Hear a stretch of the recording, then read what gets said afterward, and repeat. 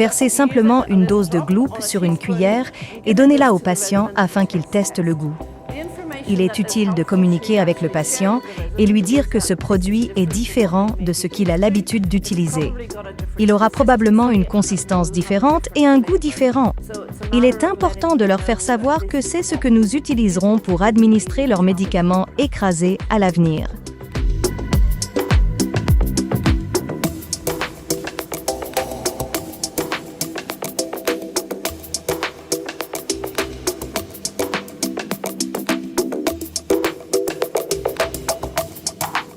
Placez un comprimé sur une cuillère, puis déposez une pompe mesurée de Gloop, soit environ 5 ml, pour couvrir complètement le comprimé, comme vous pouvez le voir ici. Une fois cela fait, administrez l'ensemble au patient.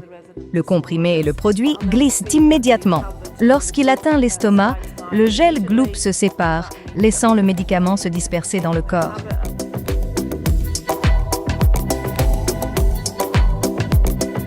Pour administrer des médicaments broyés ou écrasés, nous utilisons généralement une cupule à usage unique.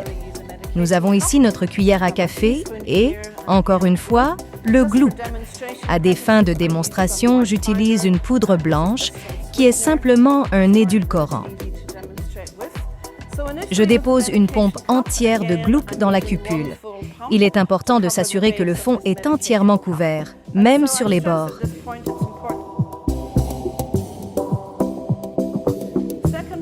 Ensuite, prenez votre médicament écrasé, fictif ici. Il est important de ne pas en utiliser trop. Je demande généralement d'utiliser environ 1/2 à 3/4 de cuillère à café et de le mettre au centre du gobelet. Puis, de recouvrir cela avec une nouvelle dose de Gloop pour que le médicament écrasé soit complètement encapsulé dans le Gloop.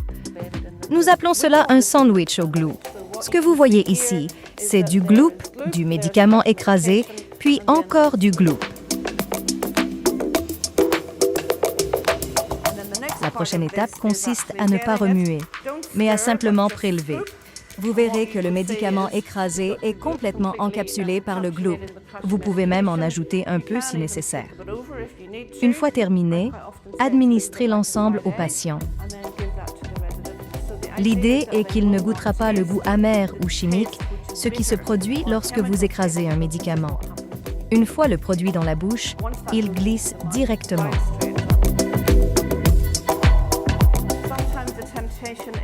Parfois, on va remplir le gobelet avec les médicaments écrasés et remuer le tout avec du Gloop. Comme vous pouvez le voir ici, il s'agit d'une situation très différente où nous avons du médicament écrasé avec du Gloop, mais ce n'est pas correctement encapsulé. C'est là que les patients auront un goût amer et où ils signaleront qu'ils n'aiment pas cela. Nous voulons éviter cela et continuer à faire notre sandwich au Gloop et avoir le tout bien encapsulé pour que le goût amer du médicament écrasé ne soit pas perceptible. C'est tout pour aujourd'hui. À bientôt.